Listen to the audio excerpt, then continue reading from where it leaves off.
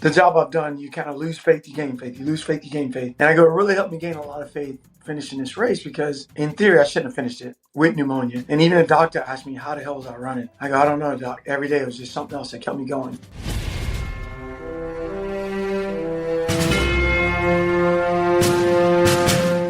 Welcome to Mindset Lessons from the Field. I'm Gina Cazazza, the author of the upcoming memoir, Training with the SEAL. Today's guest is no stranger to pain, chaos, and pushing limits. He's a former Green Beret with over 20 years of back-to-back combat deployments. Blown up 5 times, shot once, 2 cracks in his frontal lobe, and still he keeps showing up. From farm kid in Georgia to special forces to running across America, he is the definition of grit, resilience, and doing hard things. Ladies and gentlemen, I'm really excited to introduce you to Johnny motherfucking Glenn. Johnny, thank you so much for being on the show. That was challenging for me. Thank you. You did amazing. That was awesome. Thank you so much. Okay, let's just start with that name. I want to start with other things. There's so much in that bio right there. But what is this name you got going on? How did you get it? We were in a firefight back in 2004, if I'm not mistaken. We were in Afghanistan. We got in a big, long firefight. We was in a firefight for like 8, 9 hours that day. It was a long time. It was just a long time. Me, Steve, and TJ had ran across this wadi, a big open area, and we had chased these guys almost into Pakistan, came back, and I was just like as white as my shirt. I was dehydrated, and I remember my hat came off my head, and TJ and them had made it back to the trucks. So I'm still doing my thing. I'm fighting across. I had some Afghans with me, fighting with me. And all of a sudden, I bent down to pick up my hat. When I bent down to pick up my hat, all the blood went to my head. And I remember when I stood up, it was just dizzy. Everything like was moving. I was like, man, I'm about to pass out. So I turned around. I went to go shoot, but I didn't even shoot because it was just blurry. I didn't know what was going on. So now I look back this way, and I see the trucks. And I just start running to the trucks. And, of course, the trucks are getting shot up, and they're shooting, doing their thing. And TJ, he comes on the radio, and he goes, look at Johnny motherfucking Glenn. He looks like a black Jesus right now. And when he said that, I didn't hear it because I'm like totally out of it. But when he said it on a Team Freak, but it was actually said over 102, which is our SATCOM radio in Afghanistan. So everybody in Afghanistan on our net could hear it. So, of course, all the guys in the unit heard it. So when we got back to Kandahar, like a day or two later after the firefight, I walked into our chow hall, and one of my buddies just like, hey, what's up, Johnny motherfucking Glenn? And he's like, hey, how you feeling? I was like, I'm good, brother. And it just kind of, and then it just kind of took off. And everywhere I went, it's like, hey, Johnny motherfucking Glenn, what's up, brother? And then before you know it, it was like, I don't know, it's like one of those videos that go viral. And it was always, and ever since then, it was my nickname. I remember one time my mom heard one of my buddies call me, and she was like, what did he just call you? And he's like, why did he talk to you like that? I'm like, no, Mom, it's my nickname. And she goes, I don't even want to know why. I was like, okay. Oh my God. Yeah. I was told to ask you that question too. Because, but now I really needed to know too, as it was coming out of my mouth. I know, right? I know. Yeah. So, okay. Your story is just fascinating. And part of me wants to start from the beginning, but I have to ask about this running across America, because you just ran across America in this team, right? Red, white, and blue, running across America, carrying the flag. And, when I was talking to Keith about it yesterday, Keith Holland, we're talking about, for you listeners that don't remember, Keith was on the show. He runs the nonprofit Joint Task Force Canines. He's a very good friend of mine. And you guys know each other, which is great friend of mine. Yep. yeah. So that's how I got connected with you. I'm glad I did. But he mentioned, you ran across America, and he was like, yeah, it was like 17 days. I'm like, took me 14 days to drive across the country. This guy runs it in 17 days. Right. I'm gonna tell you, we did it in 16 days. Oh, 16 days. Wow. 16 days, 4 hours and 15 minutes, or 2 hours and 15 minutes. Something like that. Tell me about the, first of all, you're a runner. I'm assuming, from what I was researching, right? I hate running. I'm just like, oh my God, I hate it. Oh my goodness. So talk to me about how you ended up doing this and exactly what you did, and what areas were you running? Because I know it was a relay, right? Yes, it was a relay. So how it all got started, I'll give you the quick backstory, quick as I can. I So need to every know. November, the oldest ultra relay race, or the oldest ultra out there, is at JFK. As long as I can remember, SF guys would go run the JFK, and then when they run it, it's called the JFK 50. And what ended up happening, me and my old commander, Mike Sullivan, he's actually about to be the director of RWB year before last, 2 years ago. They in And are that's the red, white, and blue for red, those white, and that blue. Team red, we white, and didn't blue. know. Yes, Yes. Okay. correct. So Team red, white, and blue. He's about to become the executive director. Well, Mike Irwin, he's the founder of Team red, white, and blue. He's my whole intel officer in third group. Phenomenal guy. He started Team red, white, and blue. What 14, 15 years ago? Well, anyways, Mike in Team red, white, and blue, they have what's called BFEs, which is big fitness goals. So Mike's big fitness goal was to run the JFK backwards. So we started at the finish line. We ran to the start line. Where was the finish line? The finish line is shit, I can't remember the name of the little town.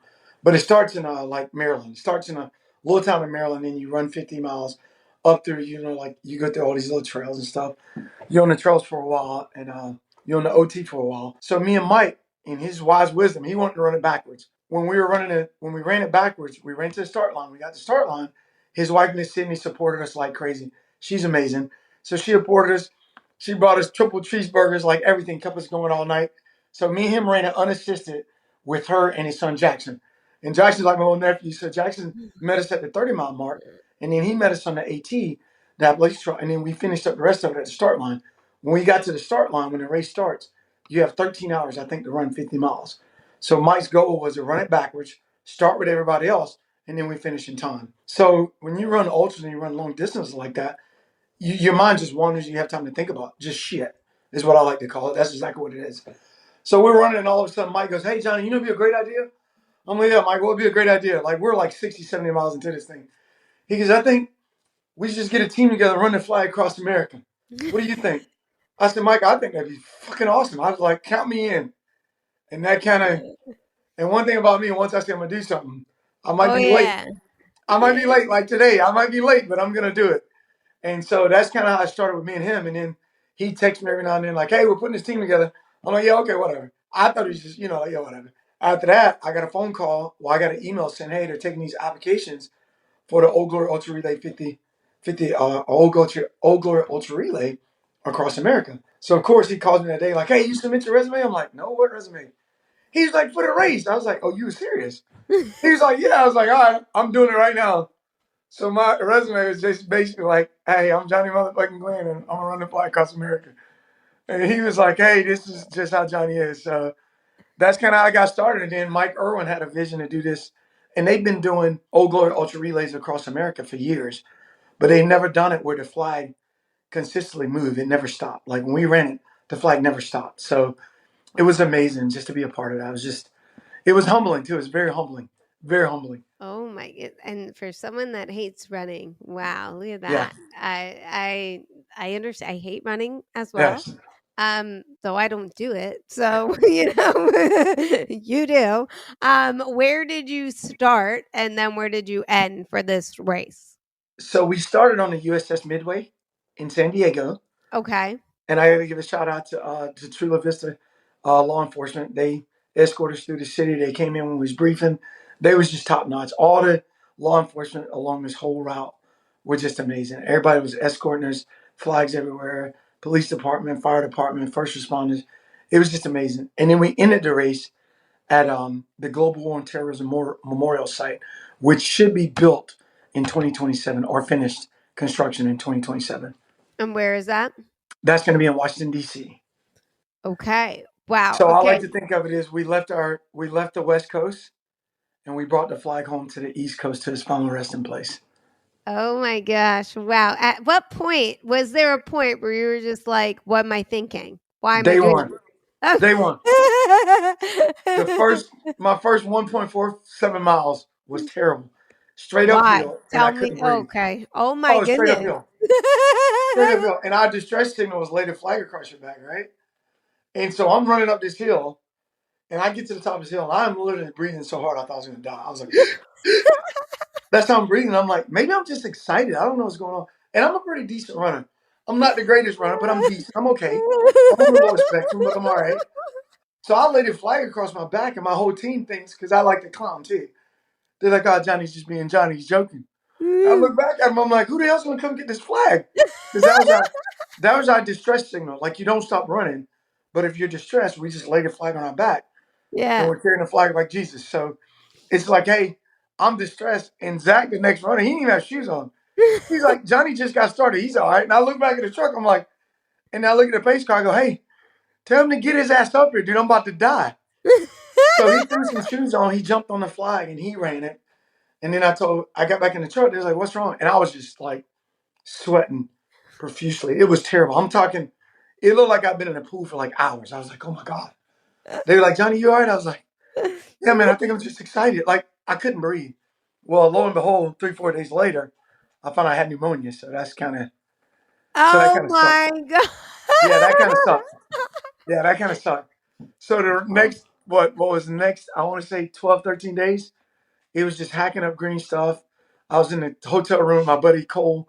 So Cole DeRoast, I love you, brother. Cole had to deal with me every night. I'd have the heat turn up to 90 degrees in the hotel room, and I'm just shaking. He's over there burning up, sweating. And then the next Oh night, I have it my. at 30 degrees because I was burning up, sweating hot. And the whole time, not once did Cole say, "Hey, dude, you got to turn that air up. Hey, dude, you're killing me." All he did was drink water.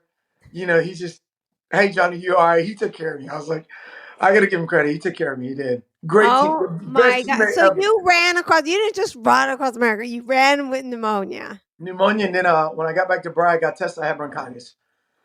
Oh my gosh. But That's what's crazy though is that, and crazy. what's awesome, or what, I don't know, the crazy part about it is I tell people like, the job I've done, you kind of lose faith, you gain faith. You lose faith, you gain faith. And I go, it really helped me gain a lot of faith finishing this race because, like in theory, I shouldn't have finished it with pneumonia. And Yeah. even the doctor asked me, how the hell was I running? I go, I don't know, doc. Every day it was just something else that kept me How going. many miles did you run a day? Total, we ran between 14 and 16 miles a day. Some days, some people ran more because we had runners that got hurt or whatever the case may be. But I think total, I ended up running 246 miles. If I'm correct, I think it's 246. Oh my goodness. So did you have like a day team, a night team, and Yep. then So how we many on the team? So we ran 3 different teams. We ran a 8 hour shifts per team, 24 hours a day. Flag never stopped, and each team had 4 people on it. So it was a total of 12 people on the original team. But one of the guys, Gavin, phenomenal teammate, he ended up getting hip stress fractures. So he ended up getting replaced. Once he got replaced, it ended up being 13 runners. So, Wow. but And 12 finished, and Gavin finished with us. yeah, He stopped after I think of like he still ended up running 12, 1,300 miles, 14, 1,500 miles with a stress fracture. So he's a special that sport. is, I mean, oh my goodness. Like Yeah, that is insane. But also, wow, what an experience, right? Like it that's was. life changing. That changes you. It was. I think it changed us a lot. But for us, the guys that ran it, because we knew what the purpose was, we was trying to raise $1 million for veteran wellness and, just suicides and everything that's going on with our veterans today. And I think for us that ran it, like I talked to Lindsay, I talked to my boy Zach, Captain America, I talked to everybody on the team still. But for us, it was another day at the office. We was just running. Yeah. And I still don't think for me, it's just like Running. people like, oh, it's so amazing. I'm like, we just ran. To me, it's more dumb than anything. Like you say, yeah, we ran 15 miles a day, at a 740, I think it was a 748 or 745 pace, 748 when we That was finished. my next question. I'm like, what is your pay? I'm at like, I mean, I'm giving myself a lot of grace here when I'm like, I got a 10-minute mile going down. But that's good though. At least you're doing something. And that's all that matters. You're doing something. But I think cumulative, our pace ended up being 748, if I'm not mistaken. Wow, that's Yeah. wow. What an I had to ask about that. I don't know why that like intrigued me more than being blown up 5 times, but just running across Yeah. America for some Yeah. reason When you think intrigued. about it, it is a long ways. 3,006 miles is what we covered. It's a long way. I know. Yeah. I drove across it. Yeah. It took you what, 15 days? At 14, we 14 did. days. Well, it would have been a little bit longer, but my nephew was born as we were going across, and Okay. and then my brother was like he came, my nephew came out. My brother's like, "Where are you guys?" We're like in New Mexico. He's, "Well, hurry up," Yeah, you he's got to get here. here. And I was like, we got to get there, right? But it was just, we took our time. Like we did Gotcha. something in every state. Like we stopped at Arkansas and dug for diamonds, That's cool. and like we did some fun like stuff like each Yeah. time. So that's why it took a while. Like I think my brother did it in like less than I know he did it a couple of times, and I know Huh? one time he drove um he stopped one night like just a quick stop to sleep, and then drove the rest of the way, That's awesome. like didn't stop at all. I think he did it Gotcha. in like like 2-3 days at the most. It That's was pretty. like, yeah. So, but I like to do it at a leisurely pace, kind of like running, you know? um, That's so, funny. That's good though. That's good. yeah, I miss it. I miss the. For me though, it's more like when I think about us running across America, I think more about the good times we had. Like just yeah, me and Zach would get up and go get junk food, yeah. and Mary would be like, I don't want none of that." Mary would never get junk food, or she would eat pancakes, but she wouldn't eat junk food. And then Cole was. We were all so different. Cole's like this health nut, and I'm like a 12-year-old. I'm like, hey, I just want to get some McDonald's and Whataburger and some Happy Meals and some Chick-fil-A, and I'm good. You know. That so sometimes I say to myself, like, I really miss my teammates when I was in the Navy SEAL prep program because they're just a different breed of people. Where, Right. like, if Right. I'm like, hey, I want to walk for 24 hours straight, they'd be like, let's do it. Let's do it. Whereas Yeah. somebody else would be like, why? You know? And it's just like, I don't just want to just challenge myself. Right. And it was just funny though, because I remember, speaking of food and stuff like that, when I was in the program and I was like not doing good one day, like throwing up, like about to pass out. And they like run over with like protein bars and things. And I'm like reading the ingredients and I'm like, ooh, can't have this. I could have it. I'm not Yeah. allergic to anything, but like I'm just this health freak that's like, ooh, no. And they're like, you're passing out. Like you need something in your Yeah. body. And You I'm need like, junk. You they're need like, junk. just have it, right? Yep. Body Um, feels off junk. so, okay, we got to talk about, we have to go now. I have to go backwards to the origin in a way because I mean, just first of all, going to special forces, you know, that's next level human. Then all of a sudden being blown up 5 times, shot once, like all these things.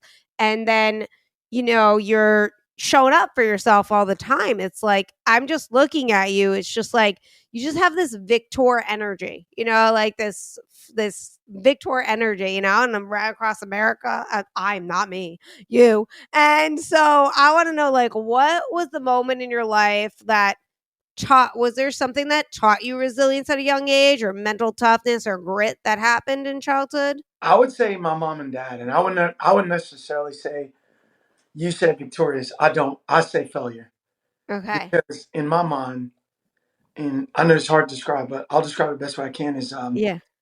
I used to volunteer at a place here in Sanford where we help families that were like whatever, like they just had problems, and we helped different families. And one day the lady had the kids draw a shield, and everybody wrote on there like what this shield meant to them. And of course, as one of the instructors, I had to draw the shield too. And when everybody showed their shield, we all went off in these corners and wrote the shield. And everybody showed their shield, and everybody's shield had like honor, integrity, resiliency, never give up, different words. And when I got done with mine, I was scared. Sure, I was like, oh shit, I'm an idiot. And she was like, well, show your shield, Johnny. And I turned around, and my shield said Glenn on it. And she goes, Glenn? I go, yeah, that's my last name. And I've never in my life ever, from the day I was born, my dad used to always tell you, your last name carries more weight than anything. Hmm. And he used to always tell me, never embarrass your last name, never embarrass our family name. And I think for me, it has nothing to do with like being victorious or being a winner. It's more of not failing. Like you better not fail because my dad was a big boy and he didn't play failing. Mhm. And so for me, anytime I'm doing something, even when we were doing our practice runs out in Arkansas, they had me mic'd up and I had hurt my back before I went out there. So I really shouldn't have been running, but I was running. And I remember I was away from everybody and I was having a conversation with myself. And my exact words were, you're a fucking Glenn. What are you doing? And that's exactly what I told myself. You're Glenn. I mean, you don't quit. You're Glenn. And it's just always stuck with me. Even with my son, I remember the first time he fell and he started crying. I called him over and he looked at me. I goes, you hurt yourself? He said, yep. I said, it's hurting bad? He said, a little bit. I said, put some dirt on it. And I always remember you're Glenn. You're tougher than that. And anytime you would get hurt or fall, even my daughter, they would get hurt and they would fall or whatever. Both of them, they'd be like, I'm a Glenn. I'm a Glenn. And my ex would get so mad at me. And they're like, it's okay to cry. I'm like, no, you're Glenn. You suck it up. You're all right. And she would That's get so so my pissed at me. dad. That's so my dad. Yeah, and she would get so pissed at me about that. And I feel like over time, like in the military, like I told people, I've never worked a day in my life in the military. Nothing was ever hard to me in the military because it was stuff I wanted to do, stuff I loved to do.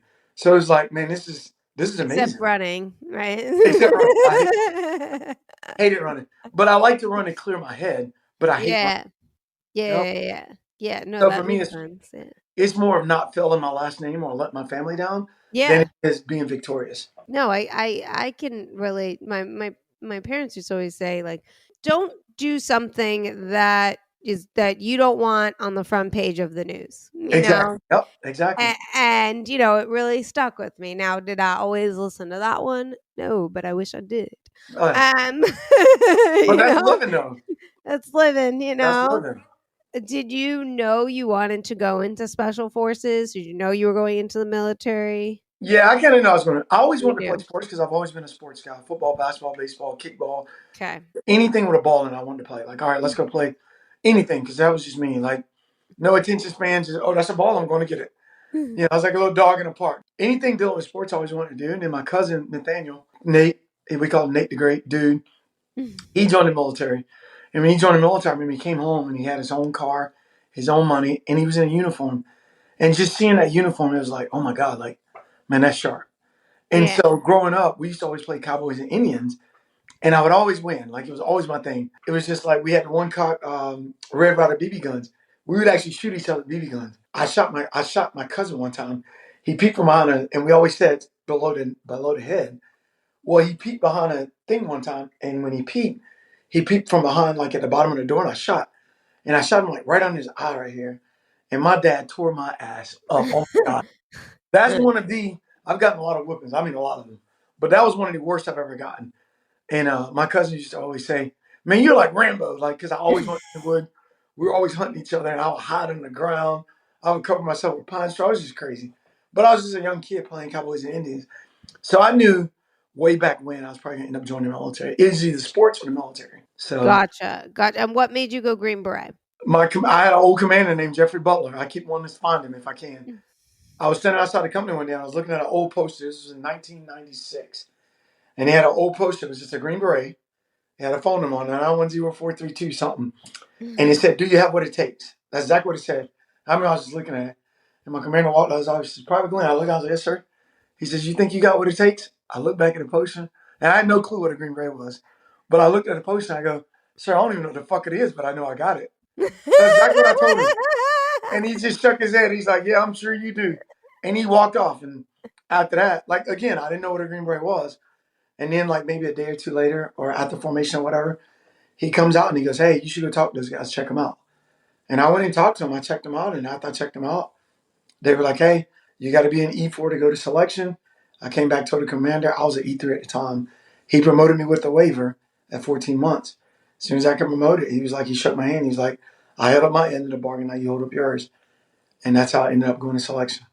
I went back and saw the Wow. recruiters, and they sent me to selection. Yep. Wow. Mhm. Wow. Now, how was selection for you? Struggle at any point Not at or all.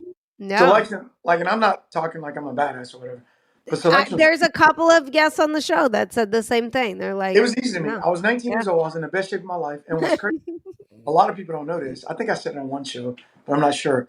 But I was a 21-day non-select. So I went through the whole course, went through the whole selection, finished everything.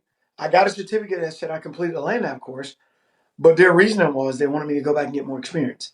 I'd only been in the Army 14 months. So they was like, "All right, go back and get more experience." I'm like, I look at them like, "Okay, cool." So I go back to my unit. Everybody's like, "What happened?" I'm like, "I don't know. They gave me this little certificate. It's actually on my wall right there.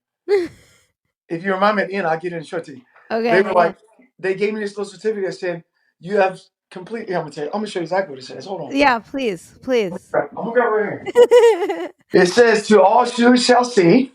That's what it looks like. It says, "To all who shall see, let it be known that Johnny Glenn, our specialist Johnny Glenn, has completed the Special Forces Assessment and Selection course 2E through F129 01-F44 0709 September." So I went through the whole course, finished the course, 9 September through 2 October. So I finished the course. They gave me that little thing right there, and I was like, "All right, cool." They gave me this little certificate, and I went back and I started my command. He was like, "Johnny, do you know what this means?" I'm like, "Nope." And then he's like, "Well, what did they say?" I said, "They told me I can come back." He's like, "Well, go back." I was like, "Okay." I went back to selection less than 2 months after that. No way. Yeah, I was supposed to have took all this leave time because they give you all these, like, you're supposed to take like 45 days leave or whatever it was. Hmm. I went back to either the next class or the class after that I went back. I was a little smarter the second time. Well, the guys told me too, the first group of guys, because the first time I went, I've always been competitive, so I was first or second in everything. So I think they kind of looked at it like this kid's just wide open going nowhere. You know? So, and I'm still wide open going nowhere. So I think they was kind of like he's in great shape, but he needs to get more experience, is what I assume. So when I went back, the first group of guys told me like, "Hey, you know what the great man is?" I'm like, "No, what the hell's that?" They were like, "Just get in the middle of the pack and just stay in the middle of the pack." And selection the second time, it was harder for me in the fact that I had to hold back. Does that make sense? Yeah. Like I had Yeah. to, Yeah. when I got in the Yeah. middle of the ruts, I'm sitting there like, "You shit me right now," and my body's I like, "Let's go." yeah. And it just sucked, like being that competitive. But I Yeah. finished selected, so I did something right. I can't relate to physical being in the first, but my teammates could tell you that one. However, I could relate to having to hold yourself back. Or in the Yeah, workforce, I worked on many jobs where they asked me to please take naps or breaks or whatever and like slow it down because just do less. I'm working too hard compared to everybody else. And I thought I was holding back a little bit. And now I'm like, oh my God, I'll hold back a little bit more. How much more can I hold back? But when it comes They to just want you to running, be that's lazy. They not my want you to be problem. lazy. Like Yeah, they anything want you to be physical, lazy. though, not a Yeah. problem. So, okay, now I gotta ask. Now we have to go into this next part of the intro that I mentioned with you because, like, okay, we got the injuries that you had. Mhm. Now, was it like blown up 5 times in a row? Was it like one well, wait, how many wait, yeah, blown up 5 times. It was blown up Yep. 5 times. So, were you like was that all in one shot? Was that multiple times No, throughout the career? the very first one was 2004. My buddy Dave got really hurt in this one. I just took overpressure in this one. We were probably 40, 50 yards in front of him, and Okay. it was a road bomb. So when it went up, it was all concussion, just all concussed. Oh, Just I was just disoriented. My whole team was me, yeah. Troy, the guys that were in the truck that was in Dave's truck. They got hurt. Everybody was just overpressurely concussed. Wow. Yeah. Okay. And then does that okay, here's my question. I'm curious about this one. Something like that happens to you. How do you is there like a fear or like a different way of approaching things knowing that like I mean you're so close. I mean I get it. You signed up for Right. combat. You know that you're close to death every day, right? You don't know what's going to happen. However, there's one thing about knowing it, like when I get into a car and I'm like, I could get into an accident. I'm Yep. aware of that, right? However, there is another when you're close to it, right? Right. Or like you're in it when you're in a serious accident and then you have to get back on the horse or you have to get back in the car, right? How was it after the first time? Because then it was 4 more times after that.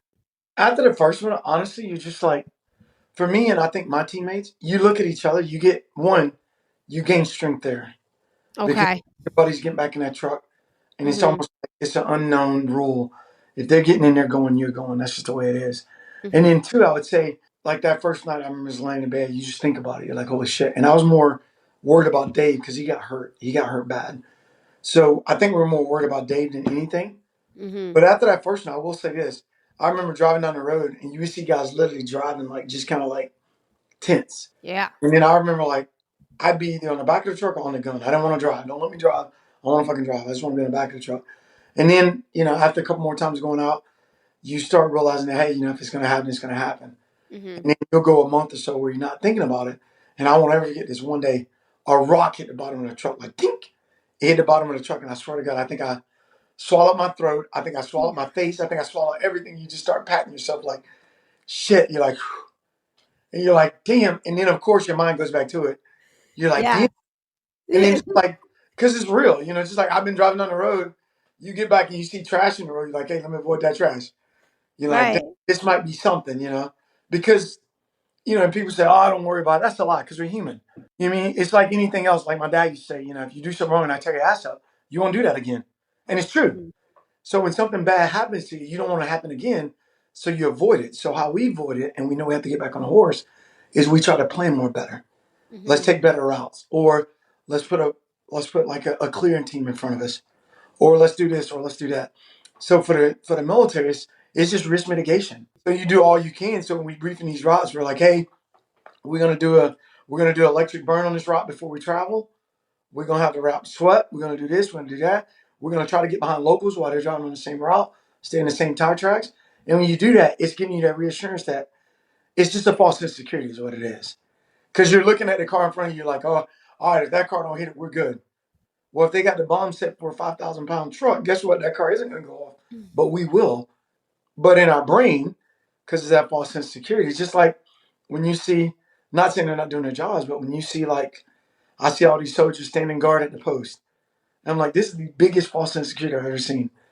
You mean like I'm looking at like, and not only soldiers, but they got contractors too. It's like this is just it's just showing we're doing something. And it's a Yeah. deterrent because now somebody that was gonna try to break into post, they realize, oh my God, they got security. It's a deterrent. Just like having a ring system. It's all deterrent. That false sense of security of letting us know, just like when you buy a car. Oh my God, I bought a Subaru. It's the most safest car on the planet. Yeah, till you get hit by 18 wheeler. I don't care if you're driving a damn Tundra. You know, I drive a big truck, but if I get hit by 18 wheelers, it's probably gonna be nothing left. We just kind of developed that. How do we make it so that our bodies accept the fact that we know we're going to danger, but we've done everything we possibly could to mitigate it? Yeah. And I mean, you said something really interesting too, though. It's like, the first time it happens, you're on high alert, you're planning better, things like that. But then there comes a point where like you're back, you forgot.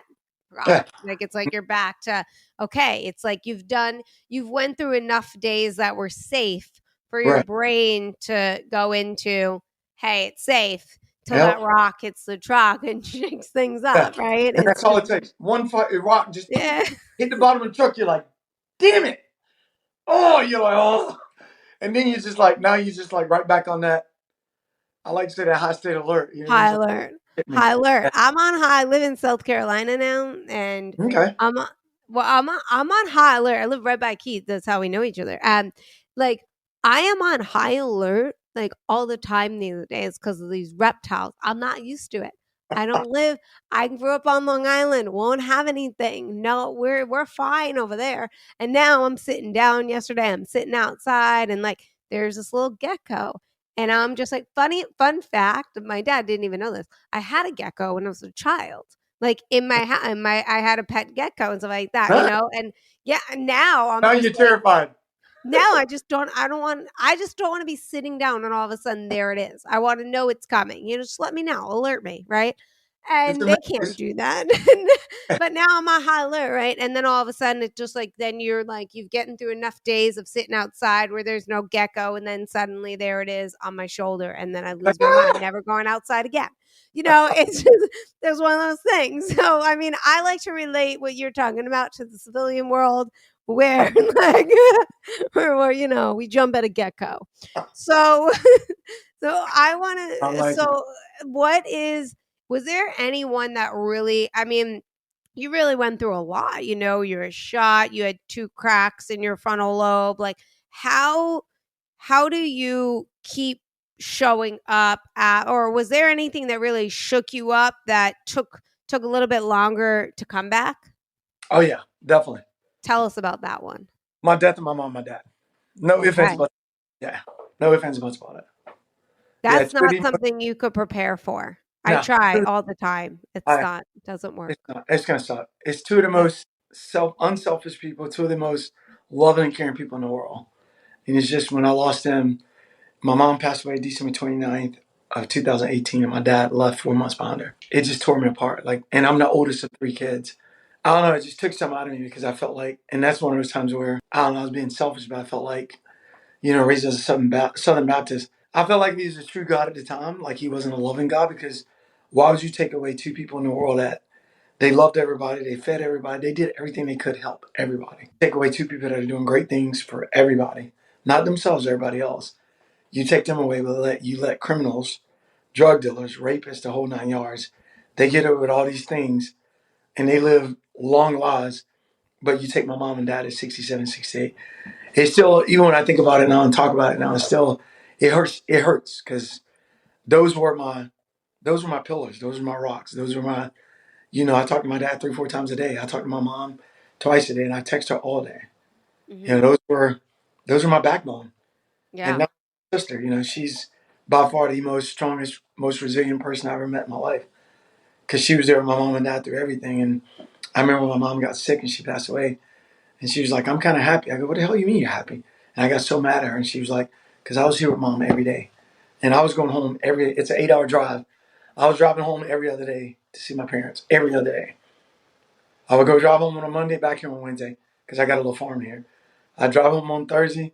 I'd be back here on Saturday. Back home on Monday, and my dad, after my mom passed, he's like, "Hey, why are you coming home so much?" I was like, "I gotta make sure you're all right." He's like, "I'm fine, I'm fine." And I never saw it on the surface. So just losing those two people and people that I've always had, because I think for me, the biggest thing, I'm gonna try not to tear up here, but I think for the biggest thing is, like, I know my parents are proud of me and I come from a big loving family. I was just with my family this weekend. And I know they're all proud of me because they tell me.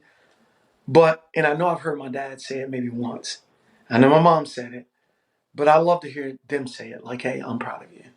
Because I know they are. You know what I mean? I know they are.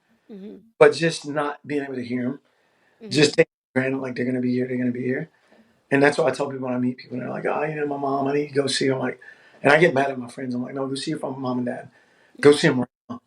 Because when they're gone, they are fucking gone. I got mad at my sister. My dad was gone for 2 years. I told my sister, "Do not cut his phone off," because I called him every day. So I would call and just listen to his voicemail. Sometimes I'll leave voicemail. "Hey, Pops, it's me. When you get a chance, hit me back." That's what we'd always say to each other. Mm-hmm. And the phone wouldn't ring. So I called one time and it like, phone's been disconnected. I'm like, "What the hell?" So I called. She's like, "Why are we spending money on a phone bill? Dad's not going to call you." Oh, I was so mad because that's how my family is too. We call it how we say it. You know what I mean? Yes, yeah. I know what you mean. I have an Italian And that's the family. the Yeah. beauty of family too, is that when we see it, we call it. You know. Yes. Yes. And No. so when she told me that, I got mad at her, hung the phone up. I didn't call her for like a day or two. And I called her back. I was like, "Hey, you still could have told me you was turning the phone off." She's like, "Yeah, whatever." And she's like, "Get over it, you know." That was the hardest thing that's ever happened in my life. And the most hardest thing that I deal with on a day-to-day basis too. It's just like, how do I make my mom and dad proud? And it ain't about, like I try to help everybody like them. And I tell people it's a curse sometimes. My aunt always tell me, "You're just like your dad." I said, "Yeah, that's a fucking curse." Because sometimes you don't want to help people. Mhm. Like sometimes, I don't mean that bad. Like I don't mean that negative. I But get it. sometimes you see somebody broke down. It's like, it's 100 degrees outside. I just want to get fucking home. But then you see them, and I've done this. You see them, and then you got your mom and your dad like, "What if that was your sister?" And you're like, "All right, I get it, shit." And then you Yeah. go back and you help them, and then you find out you meet some of the nicest people, or you meet somebody that was really struggling, and you talk to them, and they're like, "Hey, thank you so much for stopping. So many people pass by, and it's like, hey, no worries, glad I could help." And that's rewarding. That's like making my mom and dad proud, if that makes sense. Right. No. That totally makes sense. Now, just to understand, you were a civilian at the time. You were right when your parents passed, or were you in? Were you still? I was transitioning. I was about to get out.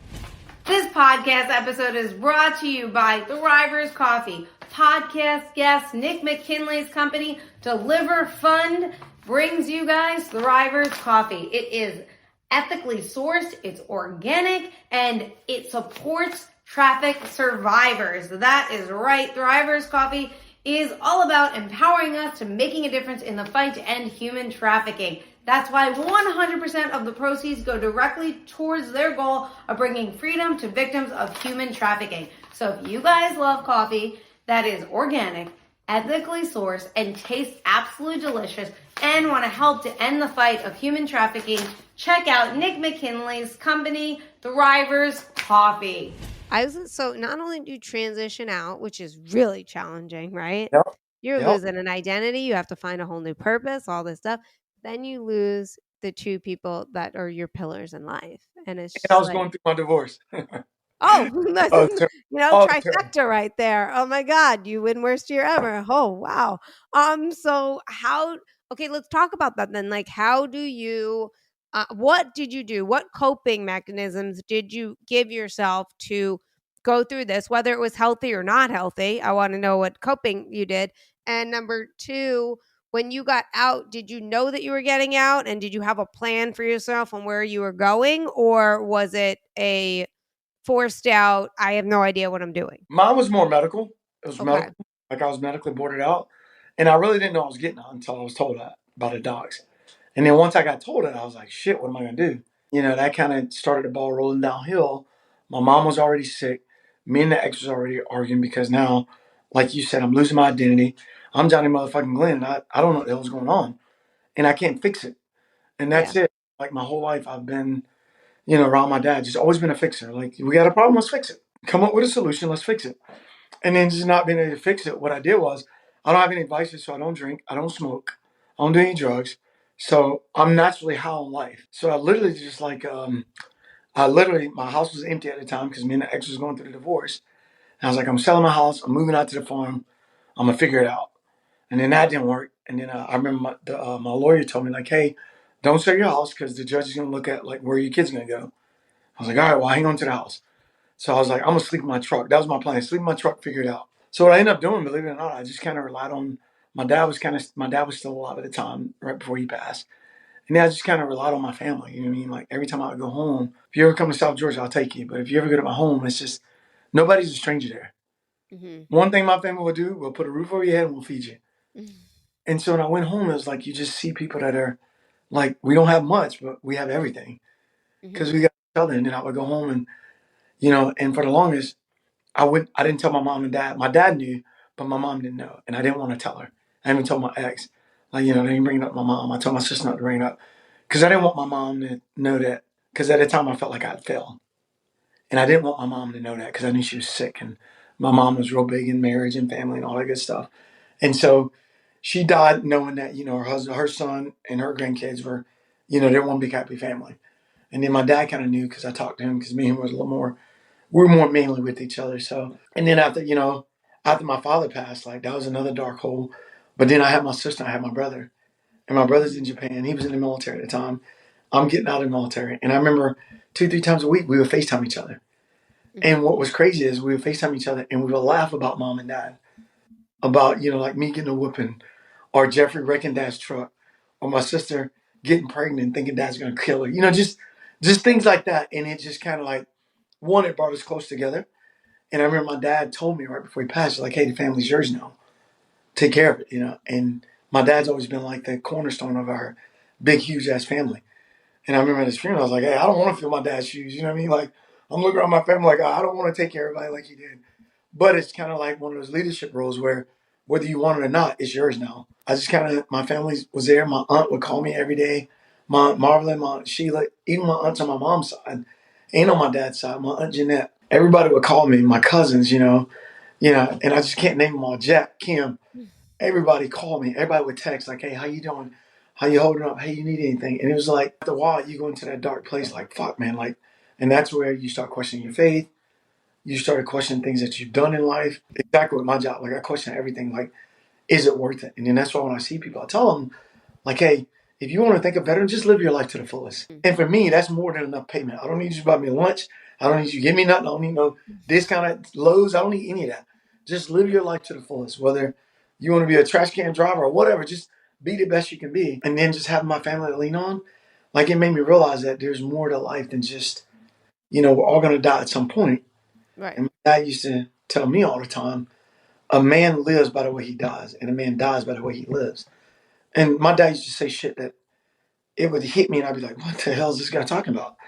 But when he told me that, I never understood it. But the day of his funeral, it totally made sense because there were so many people there that came to pay their respects for everything he's done, whether he helped somebody pay their light bill, or he paid somebody mortgage, or he just fed somebody, or he gave somebody a place to stay, or he gave them advice, or he helped them when nobody else would.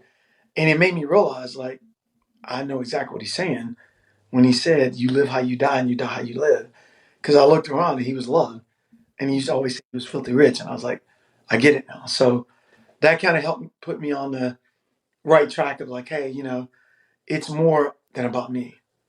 And Right. so, like when I told you before, when I made that shield, last name of Glenn, when I think about it, I'm like, you're fucking Glenn. And I can hear my dad telling me, like, suck it up, buttercup, it's time to go to work. Or he's telling me, when the mule's in the ditch, you got to get him out. Which to this day, I think that just means work harder. I don't know what the hell that means. So, so then I just had the family and I just leaned on my family and they always like just provided strength, even when they didn't know they were providing strength. Or if they posted them on Facebook, or if they sent me a picture like, "Hey, your dad just took this picture when I was 12 years old. I remember your dad used to beat me every day because I would do so bad. He'd tear my butt up," and I would just laugh. I was like, "Yep, that's my pops." And then it just kind of like, it just fueled me. Just like, hey, you know what? I'm going to die one day too. And then I realized that it's not what I accomplished in life. It's not setting the Old Glory Ultra Relay. It's not being a Green Beret. It's not going to reading school without order. It's none of that shit. It's how the impact that you have on people's lives that matter. And that's it. It just gave me that, like, keep getting it. Wow. Yeah, that was deep. Thank you so much for sharing that. So, how long did it take you? Because you took hit after hit after hit and I know you said you're still Mm-hmm. working through it, right? Oh, yeah. Every day. It's not an overnight thing. What are you doing today, and how did you find a way um, I guess, find purpose in your life now, after like losing the identity of the military and finding the new one of you? For me, every day, just look at a positive. That's Mhm. what I tell people. Look at a positive. Like, we got 22 veterans committing suicide every day. Mhm. There's got to be something that you see as positive that can stop you from doing it. Got to be. And so for me, it's just looking at the positive. Like, if I wake up and I'm broke and have no money in the bank, so be it. I got food in the pantry. Fat kid loves to eat, so I got food in the pantry. You know what I mean? So if, like tomorrow, I really didn't have a lot planned tomorrow, but my daughter's coming home tonight. So I get to hang out with her. Like, there's always a positive. And then, like, people are always looking for, like, that, man, if I won the lottery, like, it's right there in front of you. You just got to take Mhm. that time to look. It is, I guarantee you, it's right there in front of you. You Mhm. just got to take the time to realize that it's right there in front of you.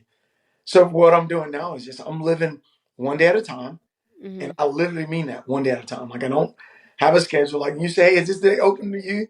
Last week, and I said, "Yes, open." Yeah. And then you said, "Hey, Monday's still good." I'm like, "Oh yeah, Monday's good." Then I got a text and the guy was like, "Hey, you still come to this golf tournament? You gonna come to?" I'm like, "Oh shit." I'm like, "Hey, can we do Tuesday instead?" Because I don't do a calendar. I live my life Mhm. one day at a time. When I wake up tomorrow, if I don't have to work tomorrow, it's like, all right, what am I doing tomorrow? I'm gonna go golf. Right. I'm gonna go scuba dive. I'm gonna go skydiving. I'm gonna go ride my horse. I'm gonna go out to the farm and work the animals. It's just one day at a time. I don't watch TV. I don't watch the Mhm. news. I don't corrupt myself with all that crap going on in the world. It's like, what's in front of me and how can I impact that? And I feel like people just put their phones down for a while. Don't get me wrong. I love social media. I love some of the funny things on social media. I don't care for all the stuff that's trying to sway people right or left. But I do like the funny posts, like, and I'm always posting about my family and just doing stuff. That I love. I love the positivity. So for me, I just look for positive, and that's how I've just been able to keep going. Just look for something positive. And you Mhm. don't have to look hard. I find it every day. I love that. I love too the fact that, you're living your life, your Oh, best life. You're like, hey, I'm gonna go and golf today, or I'm gonna yeah. go and whatever. Like, you're doing something for you. And, I for myself, I feel the same way a lot of times. Some people are like, you work really hard. And I'm like, no, I do everything I want, like this podcast. They're like, oh, you work so, like, this is a hobby. What are you talking about? And I'm like, there's no money in this. Oh, Like, yeah. what are you talking about? Ah, And, because they're like, oh, you do so much. And I go, no, I'm just experiencing life. It's like, yes, I have exactly. no desire to like watch TV. I mean, I'm a reader. You're Obviously, living I'm an life. author. But it's very important to live your life. And I do Yeah. think that, you're and the best way for you to do that is by moving the body, Mhm. experiencing things that you might not have done or you enjoy doing. Yep. And, and I think that we forget that. We get on our phone 24/7. We put this crap in our bodies that doesn't serve us. We sit on the couch all day and don't move the body. And what we don't realize is that our health is our wealth, right? And it's Oh, just yeah. like, it's I get we're all gonna die, but it's how we're going to go, Oh, yeah. in terms of I wanna be able to be 60 and still be walking up a hill, Oh, yeah. and I love that you're doing that and stuff, Yeah. and that you're going day by day for yourself, because Mhm. tomorrow's not guaranteed, right? Promise. And that's real. I love that. And I love this America thing too. Like, God, Oh, you yeah. just like, sure. Yeah. And my dad used to always say, it's funny. He said, like, well, So let me ask you another question. Oh, Linda, yes. my dad Sorry. used to say, if you Oh, love you're what cutting out. Go ahead. Wait, sorry. Say that line again. My dad used to say, if you love what you do and do what you love, you'll never work a day of your Mhm. life. And I can honestly say, I've never 100%. worked a day of my life, ever. At least I Yeah. don't work. Yeah, yeah. No. How now I do want to ask though one more with the brain injury that you had, right? How did you overcome the brain injury? I didn't overcome it. Like, it still affects me in some phases. Like, the biggest thing with me is losing stuff now. It's forgetting where I put Okay. stuff. Before I got blown up, first 5 times I got blown up, I used to have pretty much almost a photographic memory. It was good. It was Okay. great. And so what ended up happening was, like, right now when I go take memory tests, the doctor was like, "Oh, you're still like right here." And actually, my commander was like, "No, you should have met him before you got blown up. How good his memory was." And now it's like, so for me, it's more like I get aggravated with myself Hmm. because I know the knowledge is there, and I'll try to pull it out, and I'm like, "Damn it!" And I can see it, I just can't access it. And I know it's like I can see it, like I can think about things back to my childhood. Just the other day, I had to call my sister and ask her what was one of our friends' name that lived up the street. It was beat me up. I couldn't remember the kid's name. So I called him like, Pooh Bear, what was the kid's name that we played with all the time? She was like, Vic, how do you not remember the name? I was like, oh my God, I couldn't remember. She's like, that was your best friend growing up. I was like, I know, I could not remember the kid's name because I was going to call him, just check on him. And I could not remember his name. It was driving me crazy. So the brain injury now, what I do is I still do therapy, but I do a lot of cognitive stuff with myself. Like I'll try to, they've taught me different ways to like put stuff in categories, like remembering categories. Well, I used to have to do that. So it's hard, just like, I almost feel like I'm a kid just trying to figure out, like, okay, I'm learning my ABCs. Okay, what are the vowels? You do like a riddle or something. And then you're like, if I go somewhere, I put my keys in the same spot. I try to hit the back. And plus, I'm burning steps. So it's easy for the vehicle. So it's just little things like that, like you got to do. And then the brain is the muscle itself. So you got to work Right. it. So me, I work my brain by, I love music. I love country music. So anytime Morgan Wallen come out with a new song once, and I can sing almost every lyric. Now I have to put it on repeat, and my kids are like, Dad, really? We heard it like 8 times, like, hey, almost got it, almost got it. And then by the time I learned one, then it came up with a new one. I'm like, damn it. Like, I'm always trying to work the brain just to make sure, like, to keep it fresh, you know what I mean? And then I'm so stuck. I'm like, I'm not writing shit down. I'm Johnny Glenn. I'll figure it out. So I went to Walmart in one day. I think the most I went is 4 times, or maybe 5. Just like, I'll go to get something, I'll forget it. I'm like, oh, shit, shiny object. Buy something else, I'll get back home, and I like bulbs or toilet paper. And I'll run back to Walmart because now it's the purpose. I got to go get my toilet paper and light bulbs. And you get there and they're like, oh shit, they got new evil flower cookies. Get me some of these. And then, oh yeah, by the way, I needed milk because I forgot and I didn't write it down. You said this in the beginning of the show where you talked about when your kid cries or when you cry, it's like suck it up, right? It's like let's go inside. What do you have for someone that's like stuck in life that may be a little on the softer side, or to build that toughness and that grit? First thing I would tell them is that life's not fair. That's the first thing I would tell them. Because, like my dad used to say, and Major Payne said it, if you between shit and syphilis and Webster, and you can find it. So, because life sucks. You mean it sucks for all of us, but it doesn't suck all the time, and it doesn't have to suck. So, I would tell people is positive, build on the positive, and don't sit there and dwell on the negative. I saw a lady yesterday, just yesterday. I saw this like beautiful young lady, and I walked up to her. I said, "Hey, you okay?" She said, "Yeah, having on my boyfriend. We're arguing." I go, "Then leave." I said, and this is exactly what I told her. She's probably my daughter's age, 21, 22 years old, getting her oil change. And I go, "Then leave." I go, "You're a beautiful young lady. And here's some young guy there right now that would die to have you in his life, and you probably wouldn't be crying right now, and you'd be happy." I go, "Why are you putting yourself in an unhappy state? That makes no sense to me." I was like, "It's simple.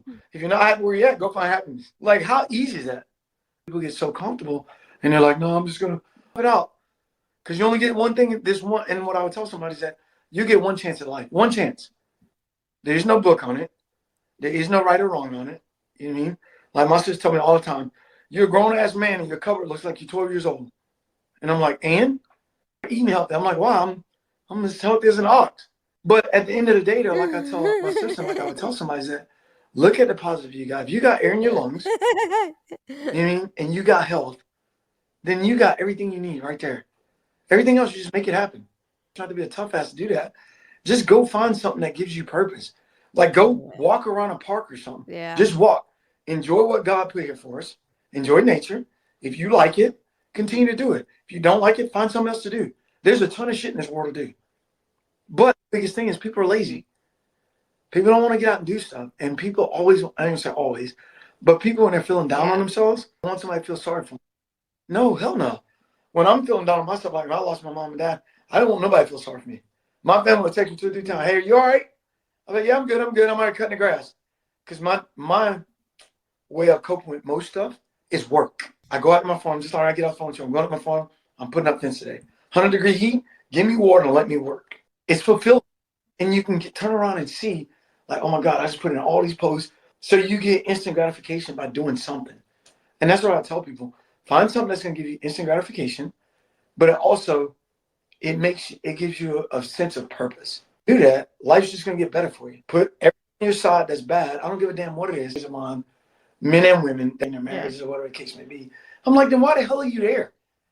Oh, we've been married 18 years. And dude, you're going to live, I hope, another 20 years. Do you want to live 20 years happy? Or you want to live 20 years explaining everything, or 20 years sitting there in opposite rooms in the house? I'm like, that ain't living, bro. That in my mind is slavery. Hell no, dude. Forget this. I'm out. You know what I mean? I'm like, or you come together as adults, you talk about it, and you fix it. Because nobody gets married to get divorced. And so I would tell, well, going back to your question, I would just tell people, like, just live. And all my buddies like, man, you're always happy. I was like, I'm not always happy. I'm just off all the time. I go, but the things that I can control, the things that I can affect, I affect them. If I can't control, I can affect it. You know, you said taking action, very, very important. I feel like that gets people out of anxiety, that gets people out of being overwhelmed. Taking action towards something can solve a lot of, I guess, in a way, mental health is the best way that I could put it, is taking action to, do something to get out of wherever you're going, or distraction, or whatever it is. But it is a gratification in terms of being able to, the other day I rode my bike. I wanted to ride I didn't want to drive, and I just wanted to do something. I was sitting a lot. I was like working from the computer. I'm like, I'm taking meetings 24/7 with my nonprofit, and I'm like, I'm gonna ride my bike to my next meeting. That's it. And like, a board member, he's like, 76, and he was like, oh, it's 100 and some degrees. You're gonna ride your bike? And I go, yeah. And he was like, let me drive you. I said, no, I'm riding my bike. And then he calls me, and he's like, how's it going? How's your bike ride? I said, beautiful. And he goes, please be safe out there. I said, I think I'm more safer on the bike, and I'm enjoying, and I'm getting exercise, and I'm enjoying myself. But it's interesting too when you want to go, and I don't even think it's a challenge. It's a bike ride. I mean, not riding across America. I'm riding my bike, like not even a mile up the road. And yet everyone's like, you should really drive 100 degrees outside. I go, this is how comfortable we have been in society. At 100 degrees.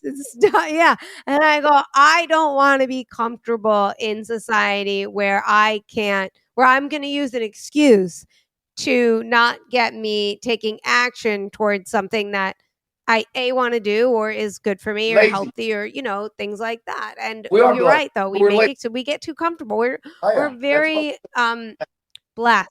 We're blessed, because it's like that's what makes us lazy. It's like, oh, I'm so blessed that I can, go right to the bathroom. I don't have to go outside or do it. You know what I'm saying? Like, I'm so blessed that I could take a shower that's hot or cold, whatever I choose, right? Do require effort. Now, if you think about it, nothing we do requires effort now. If I want to, well, not my house, but if you want to turn the TV up, hey, Alexa, whatever they say, Alexa, turn the TV up. Just get up mad as hell, pulling cushions out of the couch. Where's the remote? It took effort. So the channel one channel.